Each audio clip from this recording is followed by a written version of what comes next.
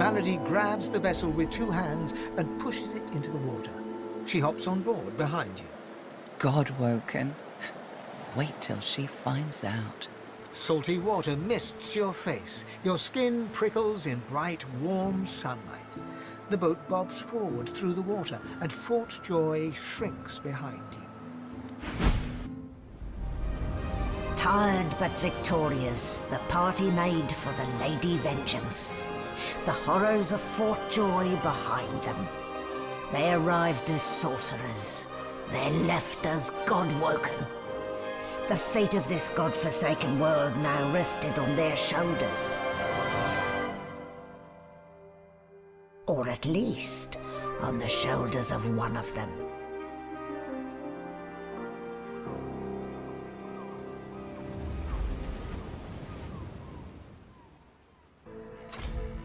A light sea breeze kisses your cheek and carries away the smell of blood wafting up from the deck. In the distance, Fort Joy looms.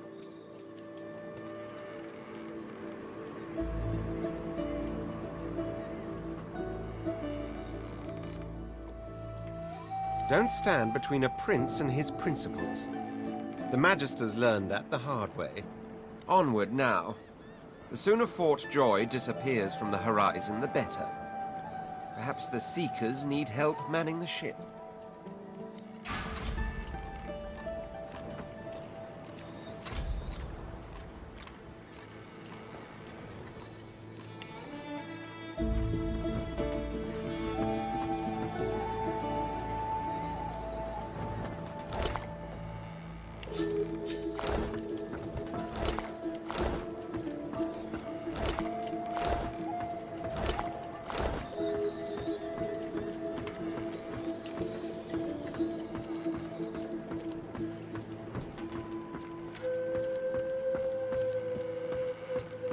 Spare me, Gareth. We got what we came for. This is what success looks like. I won't see them tossed overboard. Not here. We'll hold a proper service. What's-his-face and so-and-so would want us to get this ship sailing before all else. They died for those God-woken, after all. You know their names, Malady. Can't you even pay them that much respect? Gareth inhales sharply, then catches you out of the corner of his eye and smiles, barely. Our guest stirs. Welcome, God-woken. Glad to see you safely aboard. Very glad indeed.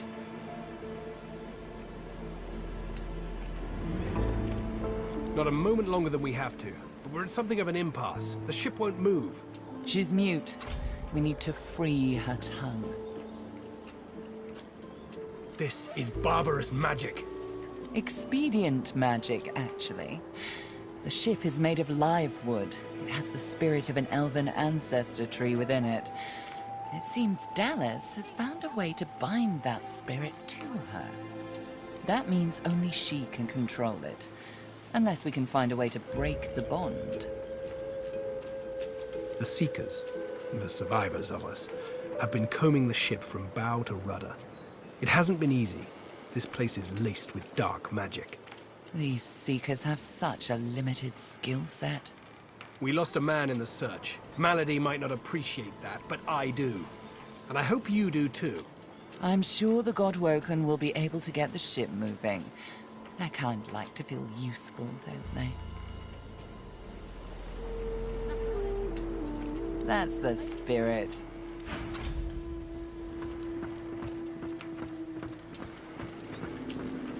Void Slayer, Worm Killer, God-woken.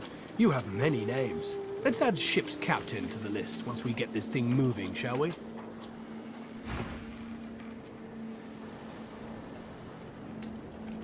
She's not exactly a seeker.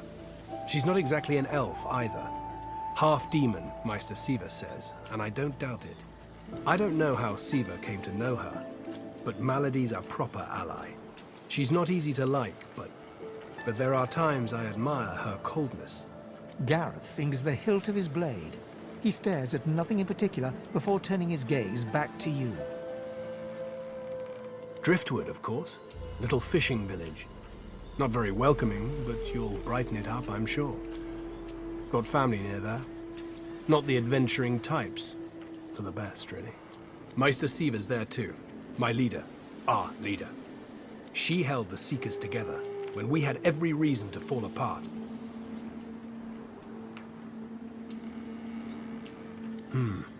Think of her as a teacher. The powers of the Seven stir in you. She'll reveal them to you. Show you how to manipulate them. Keep Lucian close, Godwoken. May the fallen rest easy in the Hall of Echoes. Gareth pauses, then shakes his head. A mistake was made. That's all I have to say on the matter. Keep Lucian close, Godwoken.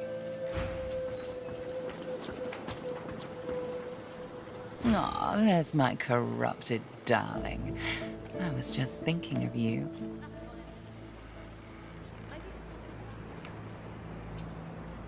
Dying to hear them.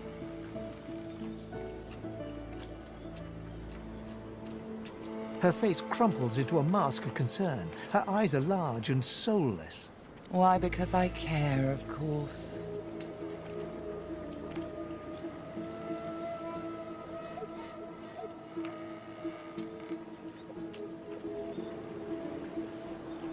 You are so very, very welcome. Meister Siever is one of a rare breed. She'd do anything in the name of a cause, and her cause happens to be you. She's desperate to meet a living Godwoken. She'll be exceedingly pleased we're en route. We'd better not leave her waiting. She's a bit particular. She's the founder of these Seekers, and she's powerful. That means something when I say it. Your kind can reach astounding heights. Meister Siever can help you do just that.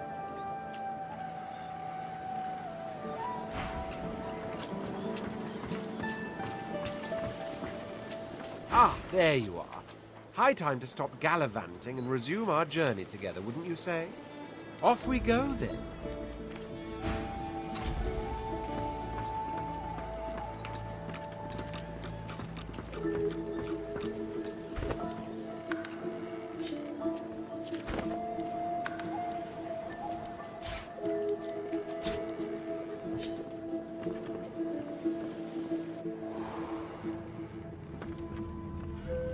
We have to find a way to get this ship moving. We can't let the Magisters catch up with us. We're too weak to fight them again.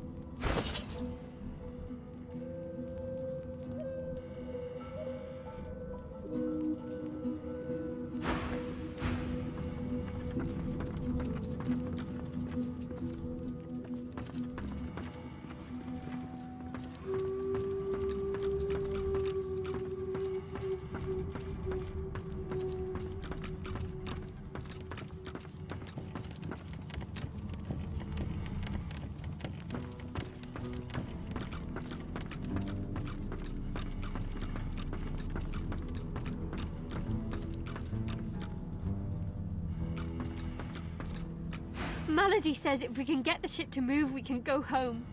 Home! All that fighting will be worth less than nothing if we can't get this tub moving.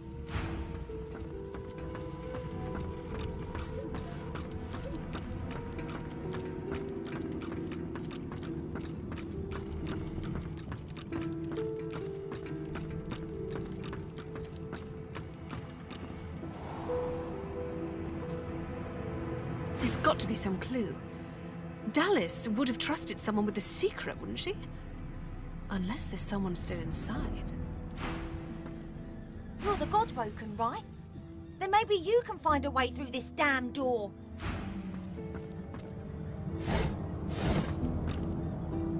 Speak to me if you're looking for hired help. I've got good fighters of every stripe. They know how to keep their mouths shut too, as long as there's gold in it for them. So, what'll it be?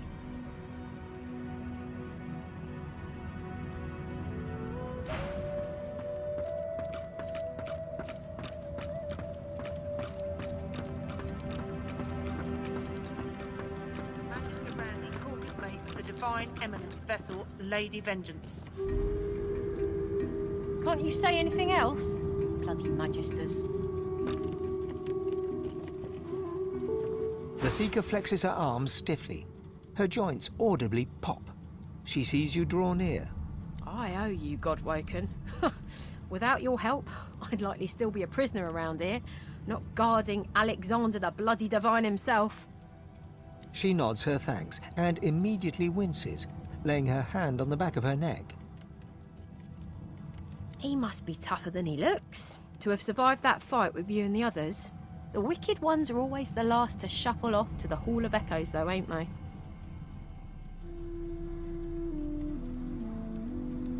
No, they had us down below, chained up in the dark.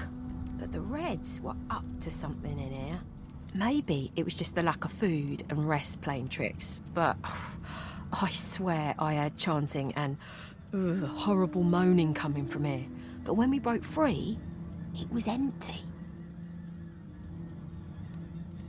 The Seeker throws a toxic look at the imprisoned Magister. Hardly. She's just some deckhand. If it were up to me, I'd tie her to the main mast and use her for arrow practice. But Malady wants her alive for now. Good luck getting anything out of either of them. Our special guest is out cold, and the other one ain't in much of a talking mood. All right then, just don't make me regret it.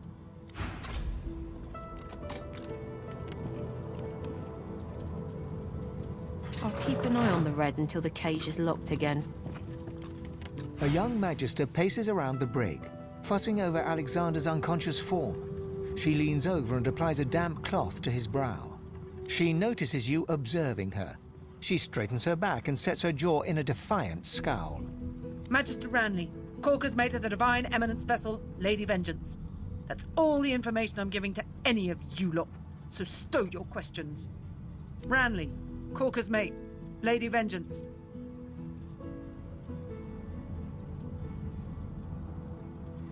Magister Ranley, Corker's mate of the... The Magister falls silent, but stares at you with unwavering defiance. The Magister's stare hardens into an intense scowl. Magister Ranley, Corker's mate of the Divine Eminence vessel, Lady... If it were up Magister to me, Ranley, Corker's mate... swinging from the end of a rope. Get not away locked up from in him, here. sorcerer. That's the Divine. All right. Don't harm him. I'll be watching. Bishop Alexander lies supine on a bare wire cot. Though unconscious, his eyes are only half closed. His swollen jaw hangs open at an odd angle. Bruises swell beneath his eyes, and a shallow gash zigzags from his right ear down to his beardless cheek. Unconscious, he looks more boy than bishop. A beautiful six-sided gem rests on the bishop's chest, hung round his neck by an ordinary oiled rope. The gem sits heavily in your pouch. Someone has wiped the bishop's hands clean and folded them neatly over his abdomen. They rise and fall in shallow, jagged swells. Quite right. Do seek my counsel. I highly recommend it.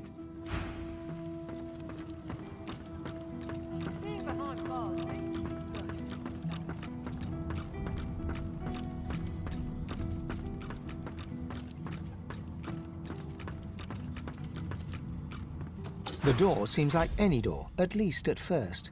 Then you notice its unblemished wood. There is no knot, no scratch, no dent to detract from its apparent perfection. The wood groans and creaks. A face appears in the wood, tortured and tormented. A six-sided indentation is carved on its forehead, as if a gem or amulet had made a mark there. The face vanishes. The anguished face appears once more. It dips its forehead towards you and waits. The anguished face vanishes. The door stays resolutely closed. The door is still unmarked, though the anguished face, a shudder of pleasure racks the figure in the door. It seems to breathe. All of a sudden, all anguish is gone. It gives you the sternest of looks. I am summoned. Speak the password.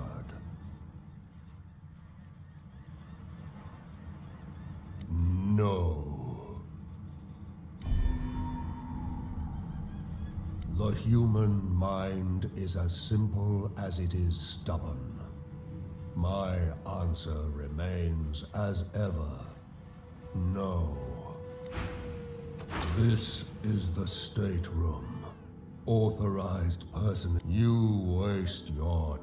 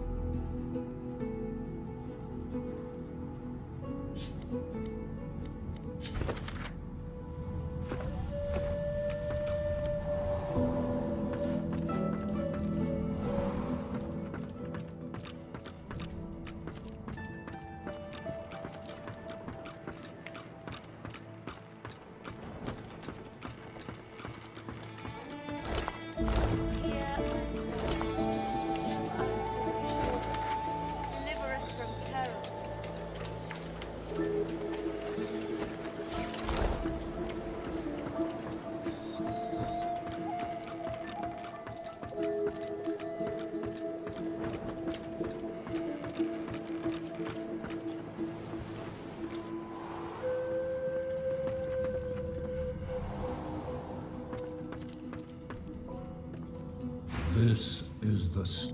Yes, and yes again. The word is spoken. Welcome to the stateroom.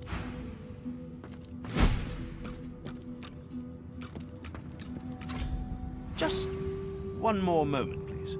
He clicks together two halves of some type of gauntlet sitting in his lap and turns his full attention to you. And there. Rescued at last, am I? To whom do I owe my thanks?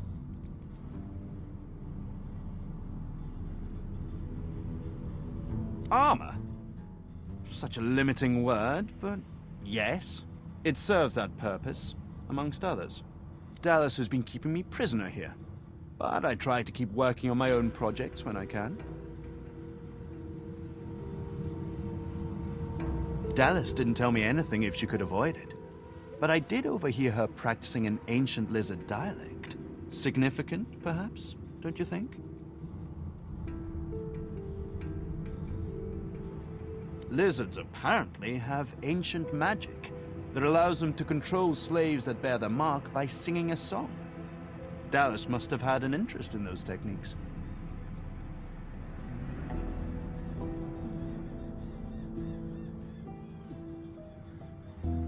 Despite what she did to me, I can't help but admire the woman a little. She's unwavering. She will break before she bends. If you cross paths with her, be sure to break her. I doubt you will get another chance. Took it? No, I made it. Have you seen the kind of metalwork the Magisters deploy? This, as I said, the Magisters left me weakened. This will help give me the strength to carry on my work. Dallas took a particular interest in me and my skills. I'm an expert in healing, crafting, and more arcane practices. She kept me here to do her bidding. Until you took her flagship from right under her nose, it seems. I've offered my services for gold in the past, yes. But my labors for Dallas were far from voluntary. He extends his arm and pushes up the sleeve. Beneath, the skin is withered and discolored, as if it were magically decayed. She used some form of domination device on me, forcing my hands to do her bidding, and I've ruined them in the process. Oh, cast spells, tinker with relics, meddle with the laws of nature. All the sorts of things power-hungry despots love to do. She had me enchanted dead cat over there, so it would seem alive. He clicks the gauntlet into place around his withered forearm, his eyes on you the whole time. But that damn contraption that she used on me seems to have fogged my memory. The rest is a blur. No! Necromancy is an unsavory practice. Not something to be trifled with lightly. This is but a cunning illusion of my own creation, nothing more. His face abruptly creases into a smile. But come now. Enough of Dallas and dead cats. You've taken this ship and granted my freedom. This is a happy moment. I'm afraid I cannot tell you what I do not remember. Could you pass me that copper wire just there? He takes the copper with a nod of gratitude. His sleeve slips back above his elbow. In its crook, you see part of a tattoo. A pattern of concentric circles rendered in black. Perhaps my memory will come back with time. But for now, I'm afraid there's little more I can add.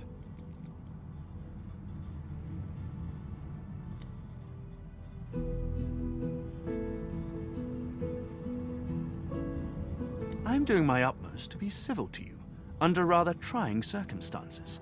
Why must you push me like this? I'm more than a sum of my parts friend indeed, but I fear you might have come to the wrong calculation about me. How about you just let this matter rest? If this one was enslaved by Dallis, then he could still be under her thrall. We can't risk keeping him around.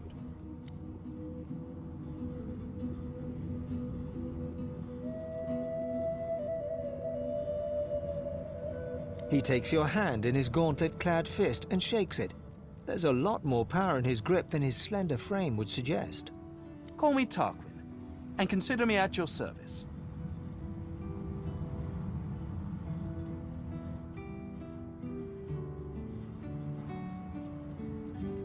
There's likely not a soul aboard this ship without secrets they'd rather keep hidden. Why should I face more scrutiny than the rest?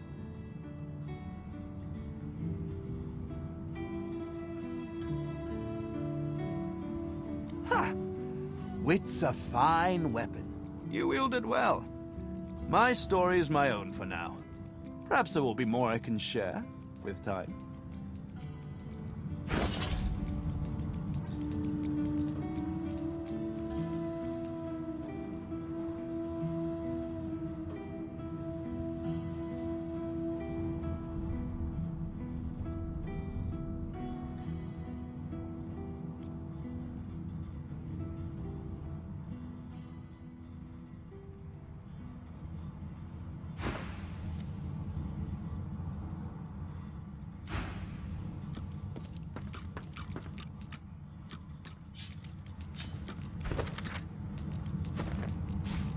What script is this?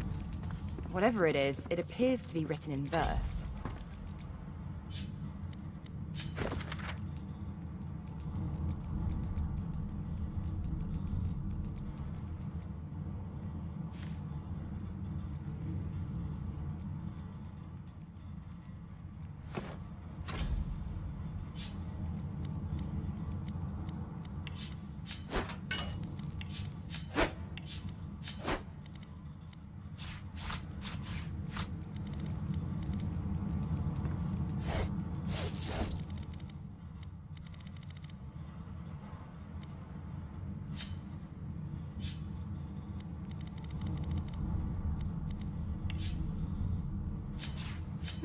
A pyramid?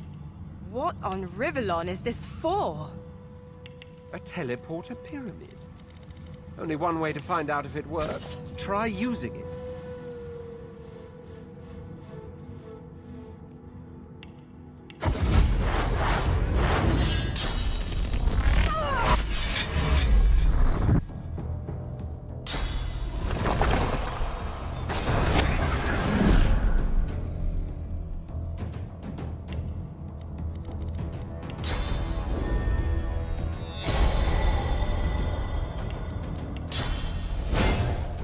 Glory is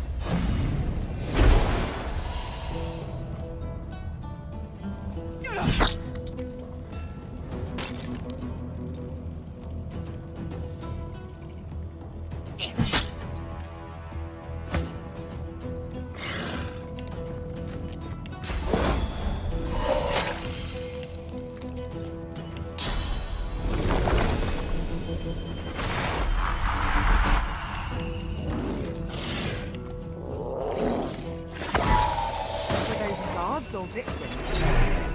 Both, I fear.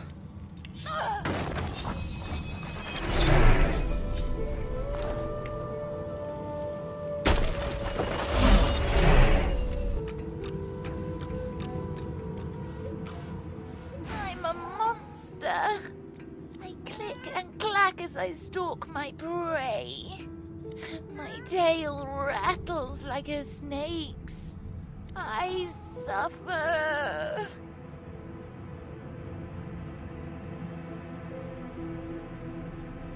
Don't touch me. My very being is a curse. Was Tarquin that wretch, that rat? I ate an ill mouse and passed in my sleep, and the brooding boar brought me back on a lark. Me miserable. Mumsy? Is she here? Mumsy, where are you? 'Tis I, Booply Bear. I am quite changed, but don't be frightened. You? She sent you? The cat begins to purr and rub itself on your ankles. Any friend to Mumsy is a friend to me. I believe the song is around here somewhere. As I said, not Mumsy. You'll need the song for that.